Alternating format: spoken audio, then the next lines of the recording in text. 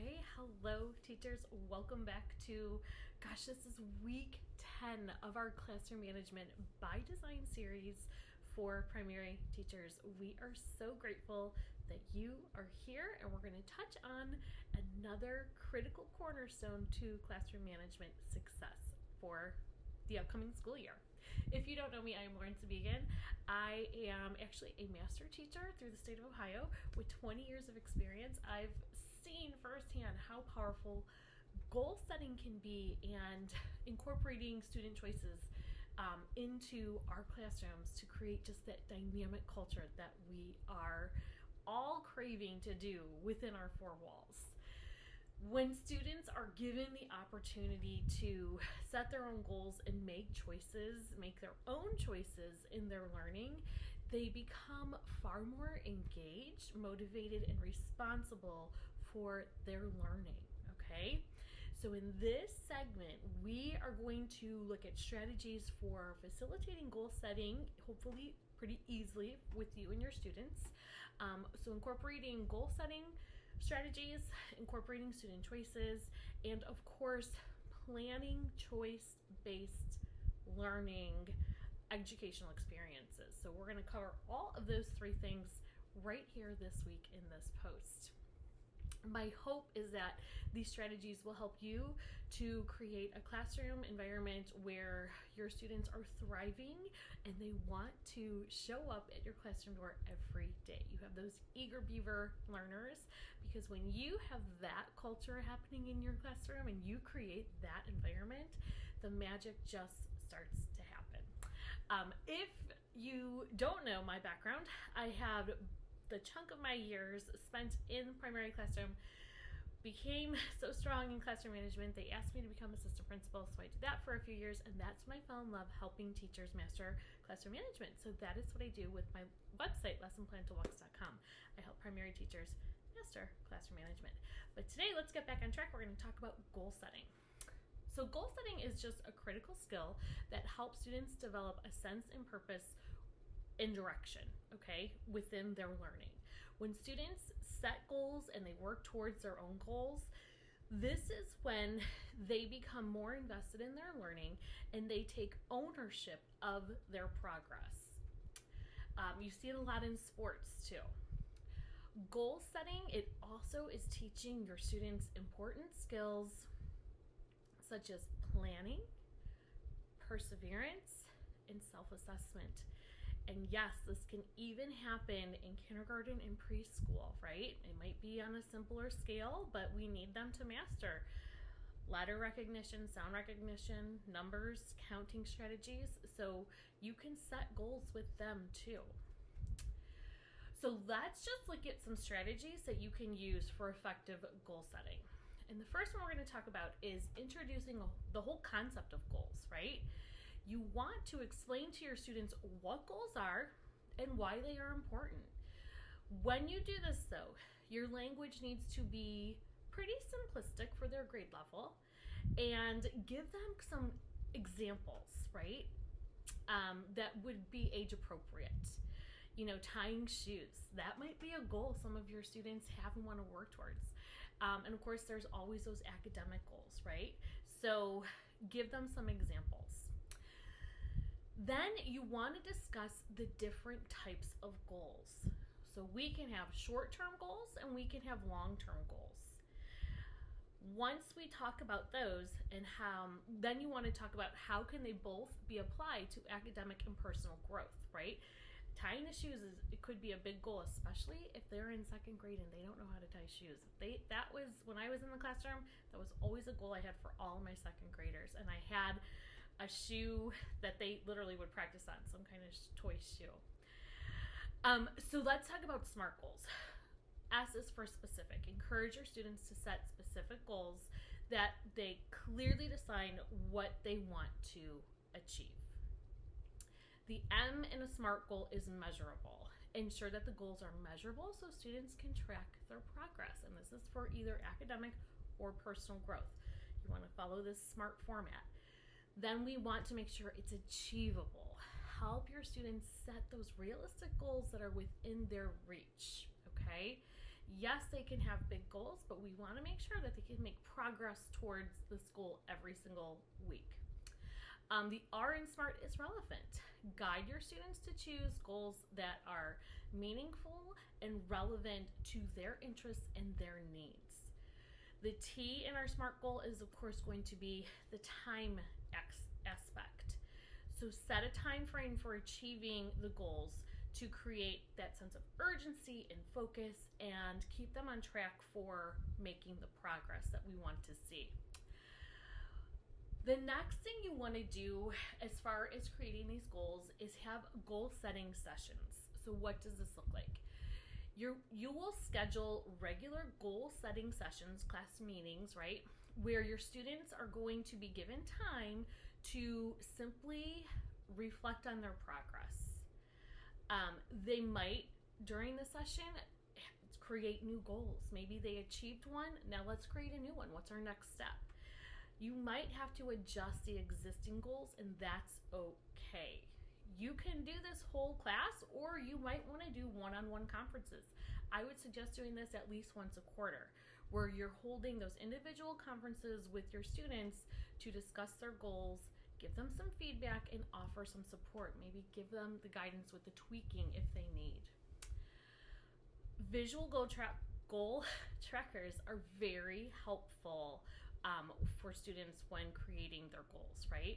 So you can download, there's so many of these goal charts or visual trackers that students can use to monitor their progress. And depending on what you do, it could be displayed as a chart in the classroom to keep the goals on their mind. You might have it in a folder for them. End of the day, take it out, mark your progress, right? And again, you can do this even with the littlest of learners. It might be simplistic, but at least they're getting into the habit of having a goal. Fun part is celebrating the milestones. Celebrate when those students achieve their milestones or they're achieving their goals. You can do this through praise certificates. You can do this through small rewards. You might just, send a note home to the grown-up at home, letting them know what their kiddo accomplished. How awesome is that? So why are goals important, right? Goals are so great to establish with your students because it increases their motivation. Students are far more motivated when they have those clear goals to work towards. This also gives them, the goal setting gives them and encourages your students to take ownership of their learning, right? They become more self-directed and intrinsically motivated, which is exactly what you want. You don't have to necessarily hover. There are some students you are going to have to give more guidance to, but as long as those goals are clear, they should know what they need to do to achieve it. Setting and achieving goals, it's just such a great way to help students develop those life skills of resilience and self-discipline. And in this day and age, those are two things I think a lot of teachers would agree are lacking in our students. And we can bring this back by having them take the time to set goals, okay? So let's shift gears a bit and let's talk about the power of student choice, because that's the other huge element of this. Incorporating student choices in their learning is a magical way to increase engagement and motivation. When students have a say or they have options on how they learn, they are far more likely to be invested in their education. So by you just providing choices, this is going to help your students develop decision-making skills and then foster that sense of autonomy, right? It's going to give them that independence. Yes, you're coming up with the ideas, but by giving them the choices, they're not like pigeonholed into one selection. They can kind of fit the choice that best suits their needs, right? Differentiated instruction, great way to incorporate that. So here's some things you can consider when putting choice lessons together. Choice boards are great. It's simply you create choice boards that offer a variety of activities or tasks for students to choose from. And it could be on just a grid paper, like a block paper. Boom, boom, boom, boom, boom. Maybe they have to do by the end of the week 4 of the 9 boxes, whatever it is. What's great is, though, that it ensures that these options cater to the different learning styles and the interests of your students. This is just such a great, easy way to do the differentiated learning, and a great way to tell parents this is how your child learns best, right? So keep track of what choices they're doing. Next would be balance choices. Include a mix of academic and creative abilities to provide well-rounded learning experiences, right? Doesn't all have to be academic. You can have arts and crafts in there too, and they're going to get just as much learning out of that, even though it may look like play. That's how our students at this age level learn, okay? Next, let's talk about seating options. You want to allow students to choose their seating arrangements, whether it's working at a desk, working on the floor, working in a cozy corner. When we would do our center time, they knew their zones and they loved it, right? The flexibility can increase the comfort, which will boost their concentration, and they just, again, love having that choice. They're not confined to their little chair at their desk. They can move around the room. The next thing you want to consider are movement breaks. When you incorporate movement breaks where your students can choose the activity, this is going to help them to refocus and re-energize. And I know we've talked about that in previous posts, so keep that in mind. The movement is oh so important, especially for our youngest of learners. Another thing you want to consider when we're doing this whole student choice thing is project-based learning. This is my favorite one of all of the strategies. Encourage students to choose their own topics or projects based on their interests. Then what you will do is you will provide guidelines and support, but allow them the freedom to explore and create the topic. This can happen during your ELA block of time, and again, this is just a great way to differentiate learning and just get them reading about what they want to read. Use your library as a resource. Librarians will be gold in helping you gather the materials, but it can be done. Okay, the next thing you want to do is give students the choice of how they want to present their work, whether it's through a written report, a presentation, a video, or an art project. So and this doesn't even just have to be for project-based learning. This could be any kind of assignment you give them. You can give them, okay, how do you want to turn it in? Okay. The next thing you can do are called learning menus. And basically what this is, it's you design learning menus with tiered activities that students can choose from based on their readiness and their interest. This really, again, will help you for creating that differentiation and creating just a personalized learning experience for the students in your classroom, because we know it's not a one-size-fits-all experience inside our classrooms. You also want to allow students to work at their own pace. When you do this, they can choose tasks from the menu that challenge them and align with their learning goals, but remind them of their timelines, right? Yes, they're working at their own pace. Maybe one day they put forth a whole chunk of time, and the next day it's like, they're not feeling it as much. It's okay as long as they're making that incremental progress towards their deadline that they set for themselves. Okay, let's talk about the engagement component.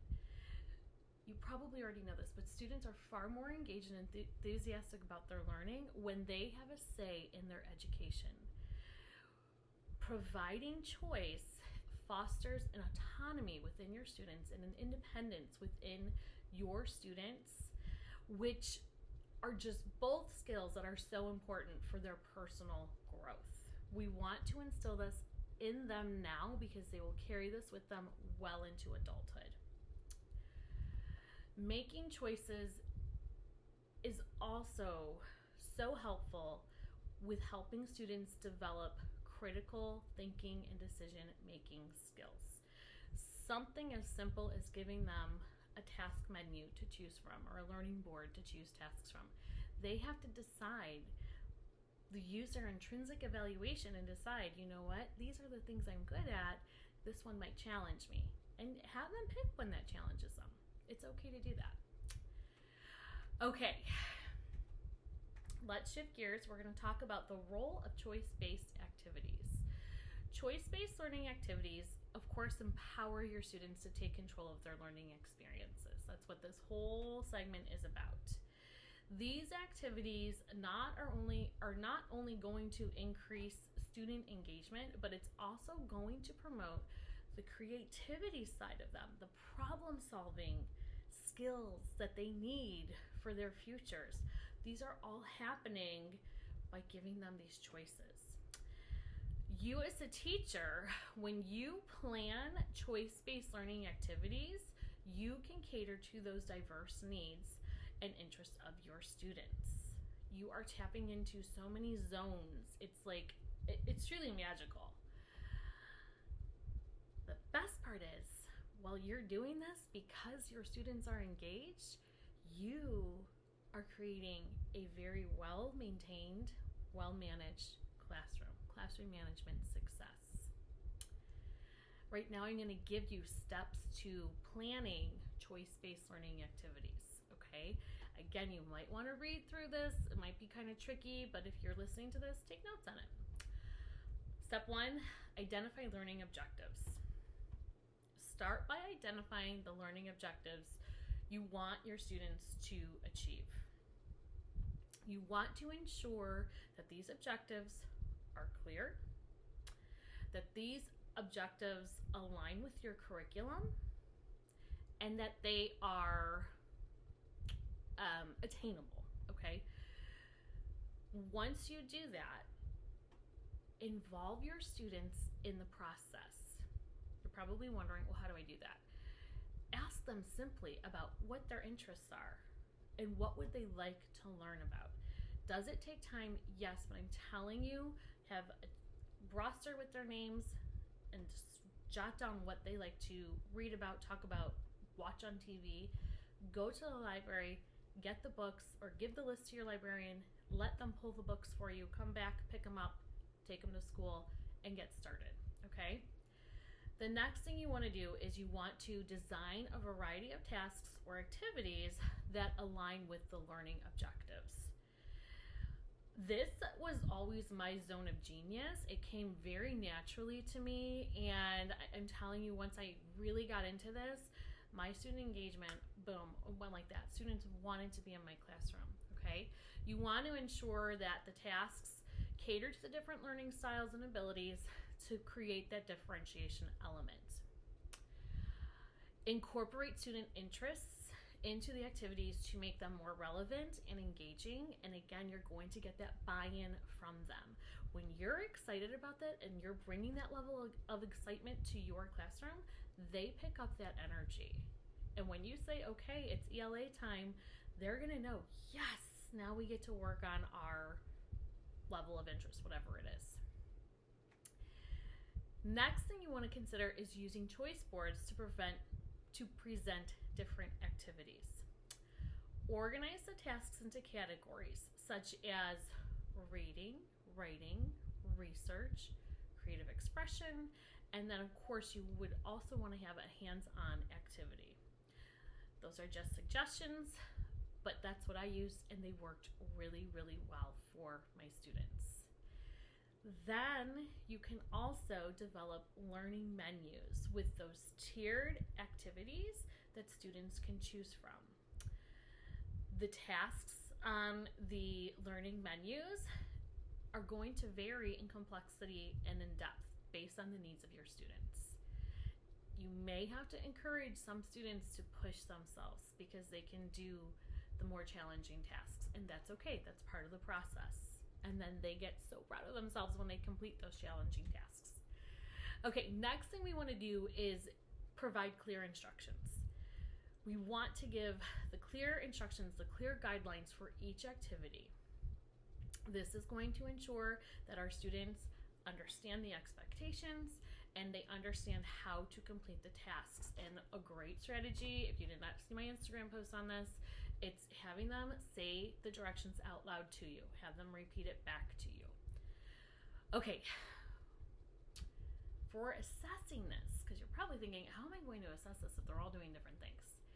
You establish assessment criteria for each activity. Share the criteria with your students so they know what is being expected of them and how their work should be evaluated. And you might even have some kind of board where it's like, this is level 1 work, level 2, level 3, level 4, just so they can see the detail that you expect for that 5 all-star work, okay? Your other really important role is to monitor your students' progress. This is a huge critical piece. As much as they are independent, we are still those guides on the side, monitoring their progress and having those regular check-ins to offer that support and feedback. You know, I see this week we didn't get that much accomplished. What was going on? You know, if they were sick, then it's like, okay, so this coming week we're gonna have to focus more on whatever it might be, adjusting and tweaking the timeline as needed. Speaking of, we need to be flexible and adjust the activities as needed based on the students' feedback and progress. You know, consider if they are sick for a whole week, how are we going to tweak this so they can get back on track with their timeline? And there's always a way to tweak it. Every scenario is probably different.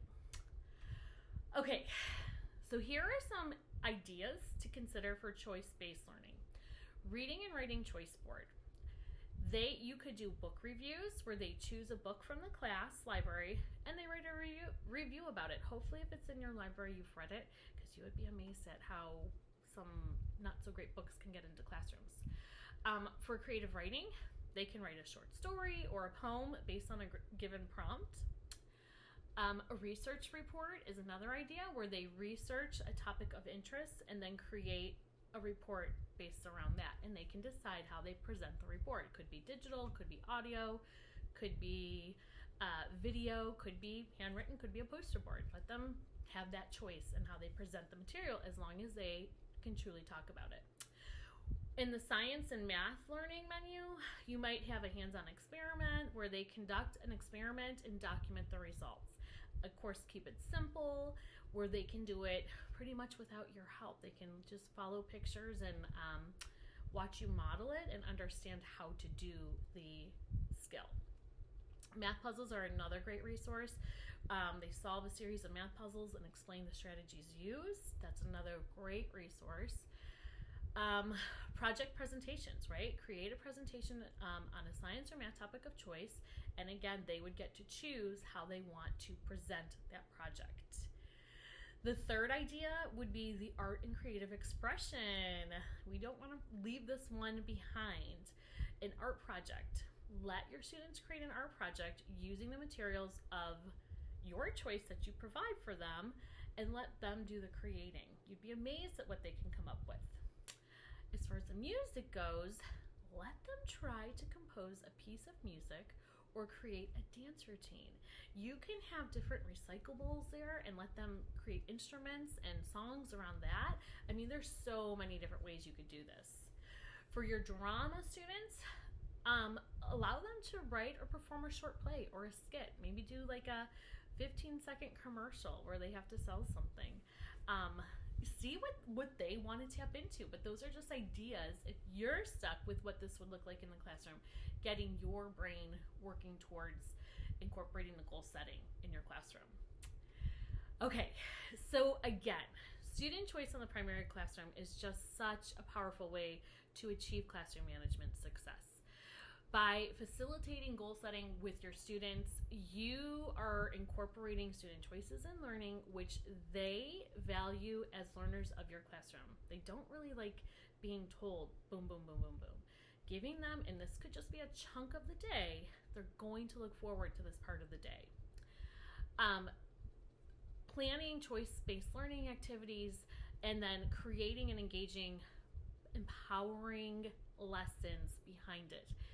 You are going to be blown away at how quickly you become the master of classroom management by offering the choice. These strategies not only enhance classroom management, but it also promotes student motivation.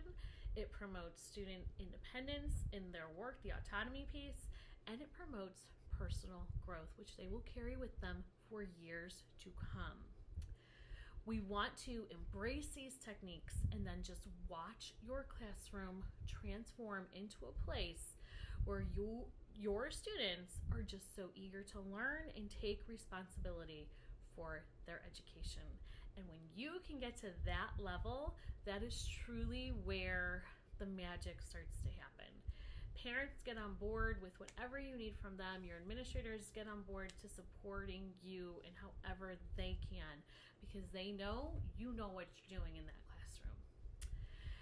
You want to unlock the secrets of classroom management with hopefully all of these segments, and I hope you are getting nuggets from every single one. You might not take all of these ideas, but hopefully if you are new to this series, you start at week 1 and work through, I think we're up to week 10, and just see the flow. We start with your vision and values, and today we are up to student goal setting. So that is where we're headed with all of this. Inside our community, the Lesson Plan Toolbox Mastering Classroom Management membership, teachers are getting so many tips and tricks about specific classroom management questions that they have.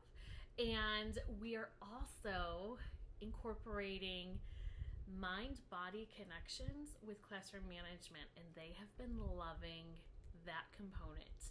So if you are interested in working with us more, reach out to me. You can send me an email, lessonplantoolbox44119@gmail.com. Send me an email. I can get you the information about getting inside our community before the school year starts. And you literally get a Google form. It is the least, what do I want to say? You should not feel evaluated.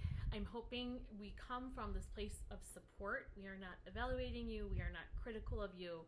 We are just simply giving you ideas, techniques to help you improve your classroom management. And so often when you get that third-party perspective on different things that maybe are in your head or that you're experiencing or that you already know are challenges for you, perhaps students talk while you're talking and you don't know what to do, we can just give you strategies that work, and your job is to take them, try them, use them in the classroom, come back to us. If we need to tweak, we will tweak.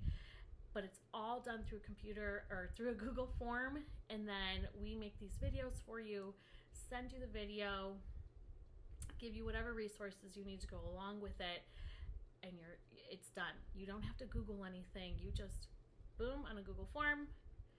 We look at all of the needs of our teachers inside our community. Every single week you will get at least one video, some weeks two, depending on the need, and go from there. You are all set. On top of that, you get our master class, the Teach from the Inside Out method. That is part of our membership, which is just amazing. Teachers have been loving that, where you are going to get strategies. These IPPY kids behind me, those teach social emotional strategies using the social cognitive functions, and it's just a magical piece. Once I started relying on the IPPY kids to help me in my teaching, again, that was another element that transformed my classroom management. So that's just a little bit about our community. Thank you for being here. I hope you get a takeaway. I just truly value supporting primary teachers. You have probably the most important job in the United States of America. The impact that you are instilling in your students right now is going to be carried with them for years to come. You are creating our future, and I don't say this to put more stress on you. I say this from a place of support. If you can get help and get somebody to give you that support through our membership, I think I would be thrilled to have this if I was especially a new teacher or a veteran teacher on the verge of burnout. We just give you whatever you need and help you as best we can to give you the life that you deserve.